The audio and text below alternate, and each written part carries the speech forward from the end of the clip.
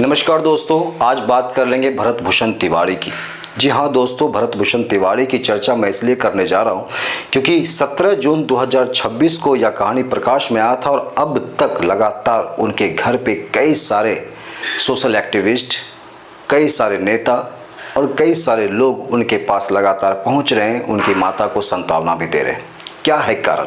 आखिर क्यों भरत भूषण तिवारी को लोग भगत सिंह से जोड़ने की प्रयास कर रहे हैं? क्यों लोग उनकी उतनी सराहना कर रहे हैं? कुछ लोगों का कहना है कि भरत भूषण तिवारी ने भी अवैध रूप से पिस्तौल पुलिस को दिखाने का काम किया, कहीं ना कहीं कानून को चुनौती दी, इसलिए उनका एनकाउंटर कर दिया गया।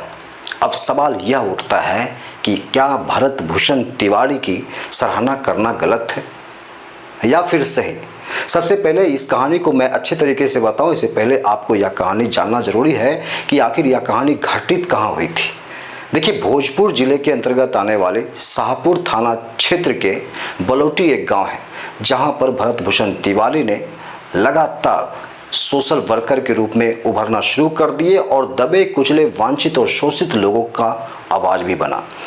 आपको पता होना चाहिए कि आरा में एक गांव है जिस गांव का नाम है जवनिया गांव में लगातार लोग वहां के बाढ़ के दंश से परेशान थे। ऐसी स्थिति में लगातार वहां कटाव जारी था।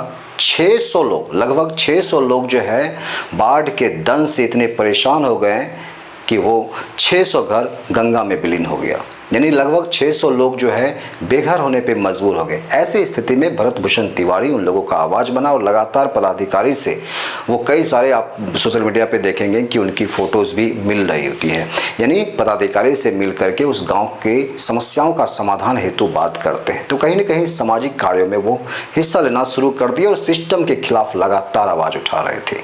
प्रशासन को हमेशा वो यह कहते थे कि आप समस्या का समाधान कीजिए। ऐसी स्थिति में भरत भूषण तिवारी का एनकाउंटर या हत्या कर देना कहां तक सही माना जा सकता है? कुछ लोगों का कहना है कि एनकाउंटर और कुछ लोगों का कहना है कि हत्या। देखिए, एनकाउंटर का मतलब क्या होता है और हत्या का मतलब क्या होता है? एनकाउंटर वहां माना जा सकता है जब भरत भूषण तिवारी की ओर से भी पुलिस के ऊपर हमला की जाए और जवाबी कार्रवाई के रूप में पुलिस भी उन पे हमला करते और उसके बाद उन्हें मार देते, तो इन्हें एनकाउंटर माना जा सकता था।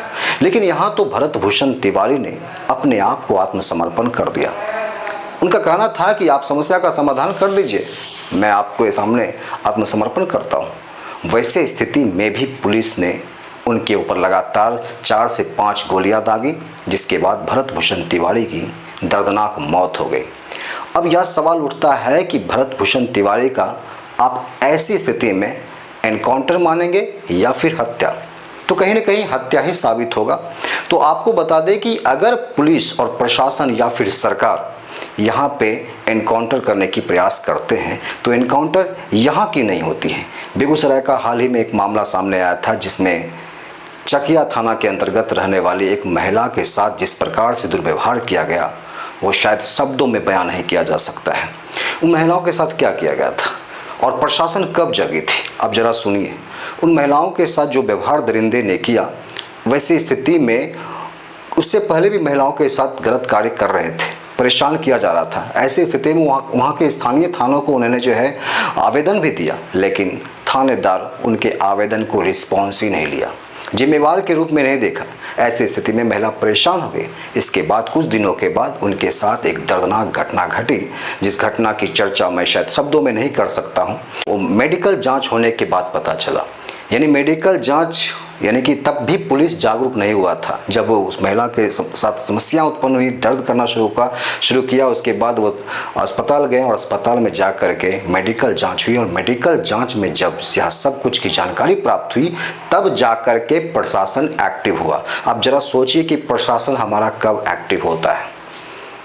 अगर वो महिला अस्पताल नहीं जाती या महिला के साथ ऐसा दर्द का कोई समस्या नहीं होता तो प्रशासन सोई हुई रहती।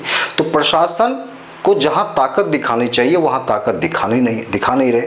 अगर एनकाउंटर ही करना है तो कर दीजिए, वो जितने भी अपराधी थे उनका एनकाउंटर कीजिए। पूरे देश आपके साथ रहेगा, पूरे राज्य आपके साथ रहेगा, पूरे बिहार के तमाम लोग आपके साथ खड़े होगा। इसका मतलब ये नहीं कि जो लोग समाज की मुद्दा उठा रहे हैं। और रही सवाल भरत भूषण तिवारी की, तो भरत भूषण तिवारी की बैकग्राउंड की भी जानने की जरूरत है, खंगालने की जरूरत है। उनकी बैकग्राउंड कहीं भी अपराध की श्रेणी में नहीं आती है। तो आप बताइए कि भरत भूषण तिवारी की हत्या हुई या फिर एनकाउंटर? अपनी राय हमारे कमेंट्स बॉक्स में जरूर दीजिए और यदि संभव हो तो इस वीडियो को जितना हो सके शेयर कीजिए, अपनी राय भी रखिए। बहुत बहुत धन्यवाद।